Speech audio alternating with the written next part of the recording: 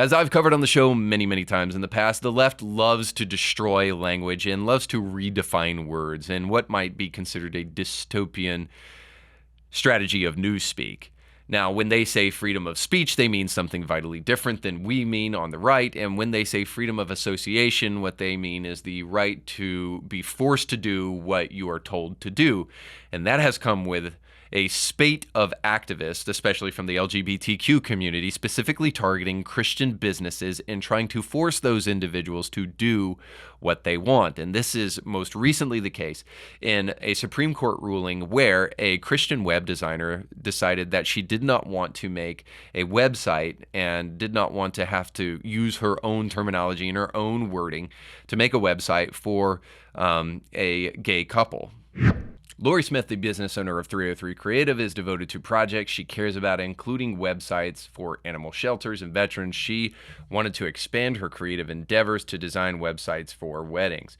Yet, because of Colorado's anti-discrimination law, she knew she wouldn't be allowed to decline creating sites for same-sex weddings. Because of her beliefs that marriage is between one man and one woman, this would have violated her conscience. Colorado's law is the same one at the heart of the Masterpiece Cake Shop case from 2018. In that ruling, the Supreme Court sided with Baker Jack Phillips, but issued a very narrow ruling in his favor that addressed only the hostility the government showed to him because of his faith and his decision to decline baking a cake for a same-sex wedding. Since the court didn't address the bigger question about Phillips' free speech rights as a creative professional, he has faced subsequent legal challenges and persecution.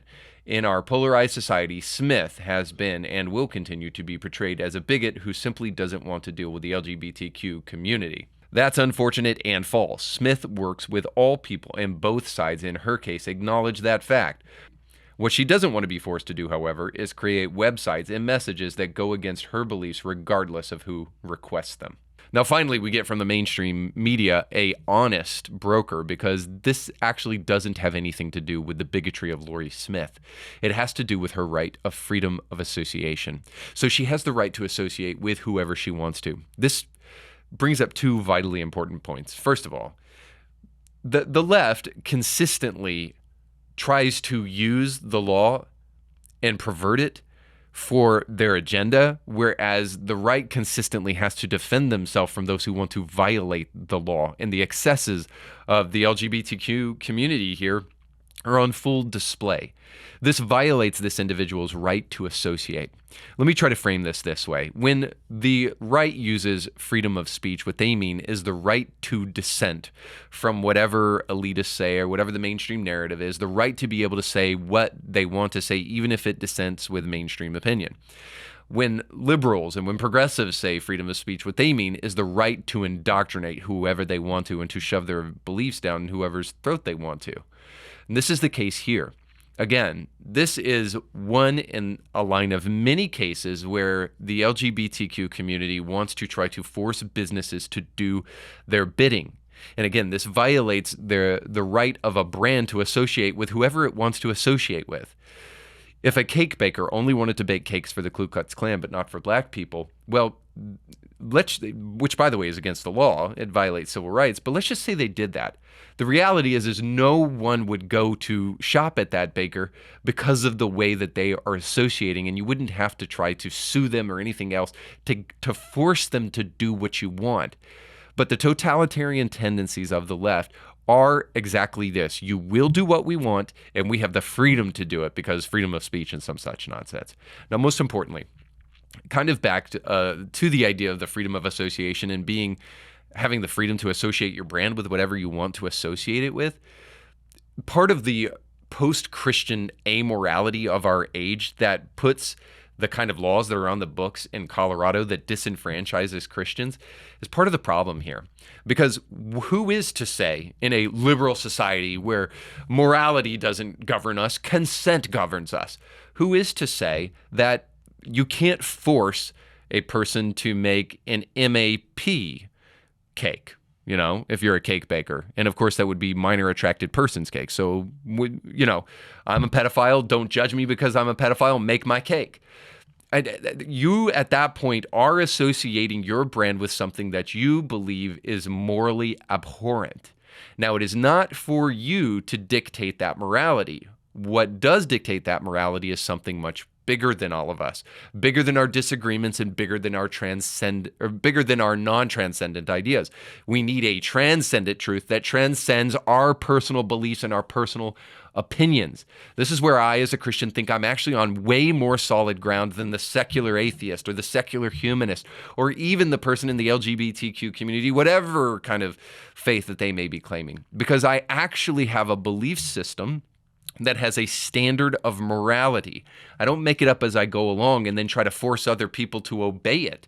That's a recipe for disaster. And it is why, in kind of a microcosm anecdotal argument, why our society is so polarized today. Because we do not know where to find truth. As it says in Isaiah 59, truth has fallen in the street. And as a result of it, justice is nowhere to be found and righteousness is nowhere to be found. Morality is nowhere to be found. People are being disenfranchised and treated poorly, all because we do not know where to anchor our understanding of truth. Well, there is a book, and there is a guy that came to this earth claiming to represent that book, named Jesus, that if you believe he's God, you might want to listen to, because he can give us the kind of standard of morality that will hold our society together while it unravels. And the reason I say that, even though you would say, well, that Bible's just written by men, or that Jesus is just some fairy tale genie that you created in your head, which of course no historian on the planet worth his salt would ever say something so foolish. The point of the matter is just simply this. You can argue with the morality of Jesus, but you cannot argue with the fact that Jesus instituted a standard of morality. And the one thing you can't argue with is that we need that standard in order to hold a society together.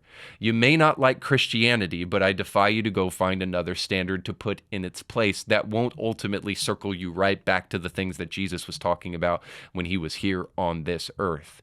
And if you finally find that your arbitrary morality doesn't supersede and isn't superior to Jesus' morality, then you might just want to accept the fact that Christian morality, biblical ethics, are actually very, very healthy for a society.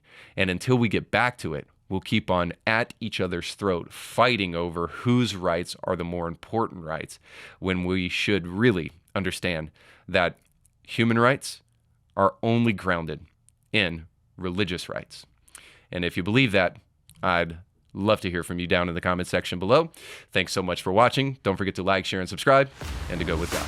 So you just got done watching a small excerpt of a much larger episode. You can find the link to that full episode down below in the description of this video. So you definitely want to check that out, because if you like that clip, you'll like the much larger episode. And while you're at it, don't forget to like, share, and subscribe, and click that little bell to be notified when great new episodes of Indie Thinker come your way. Thanks for watching.